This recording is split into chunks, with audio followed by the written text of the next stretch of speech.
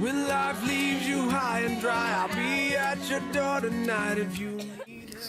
I wasn't ready to leave my home. I wasn't ready to leave my friends and meet new people.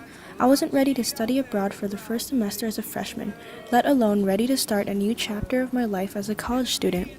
Coming from Hong Kong, I hear all about the college life through movies, TV shows, and other media. I thought about how I could wait for the sororities, the sleepless nights, and the AM parties. I was very content with what I already had, and moving away from that didn't seem as appealing as it should. Reasons to believe that you would do. 5 days before boarding my plane to Greece, I figured I should really start packing. Being the last-minute packer that I am, I ended up packing the day before I left. This right here was my first lesson of college. Do not leave everything until the last minute because you will forget your hairbrush and your notebook and perhaps a few too many things needed for the semester. So I got on the plane, sat down, opened my book, and saw a quote. When a door closes, a window opens, and indeed, the window did open. Needing a hairbrush was actually the key to success. Those of you who may not know me, I am not a social butterfly, so meeting new people is not something I would do over watching a TV show alone on my bed. However, I really did need that hairbrush, so it pushed me out of my little comfort zone to wander the halls looking for one. That night, I met 5 new people, and I would soon realize that 2 of them would be my closest friends, who I'll go on adventures with and create new memories together. All 3 of our names start with the letter E. Coincidence? One of those unforgettable memories would be going around town with my new friends in search for a new hairbrush.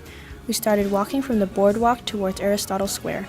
Though the walk was only 25 minutes long, we came across many things. One thing that struck out to me was the amount of Asian racial slurs that were being thrown towards us. Was it the lack of education, or was it just a matter of manners and street etiquette that they did not know?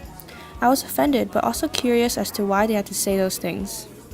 Always needed, like a drum, baby, don't stop beating. That brings me to my next ongoing adventure in Anatolia Elementary. For the past few months, I served as a teacher's assistant for a 6th grade class.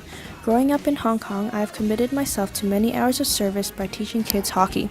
However, I was initially not as excited to participate in this experience as I felt as if it was more forced upon me rather than something I volunteered for. Nevertheless, the students stole my heart the minute I stepped into the classroom. I've noticed that they were more energetic and were more disobedient than an American classroom, but this was because of the different Greek-style teaching that they are used to. From the beginning of the first class, I thought I'd had to bond with the kids through games and jokes, but over time it has been evident that with using the right kind of techniques, they are very willing to focus and learn.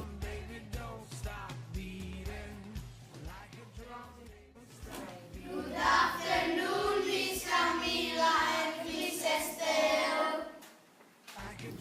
Instead of teaching them English, I taught them about the Chinese characters, their traditions, and its culture.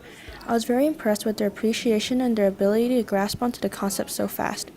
I have learned that from this class that everyone can achieve great things when they put their effort and heart into it.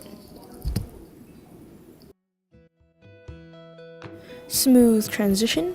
I also traveled to Sofia, Bulgaria. It is usually not the destination one would go to, so I thought it would be very interesting to experience something out of the ordinary. I have a friend there, someone who I met over a hockey tournament last year. I've only met her once and talked to her only a few times over Facebook, but she was already very willing to take days off work to show me around. I have to say, it was more than awkward meeting her at the bus station. The language barrier was definitely an issue, and only simple English was common to the both of us. Cliché as it sounds, over time we bonded over the universal language of laughing and smiling. Yeah, maybe we weren't able to have those heart-to-hearts, let alone share our likes and dislikes, but the hospitality and kindness that she made an effort to show really made me feel at home. I hope you find the love that's true in the morning.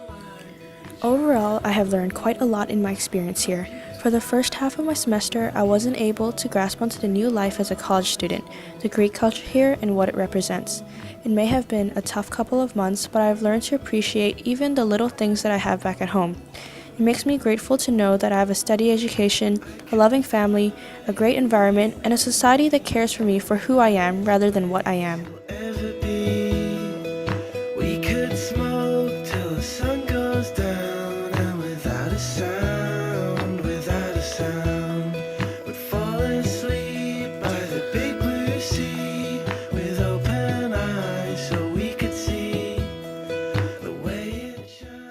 In addition, I have learned that patience is essential, and that over time, I know that I'll be able to adapt to my environment, to use the obstacles to push me up higher, and to live to the fullest of my potentials. It shine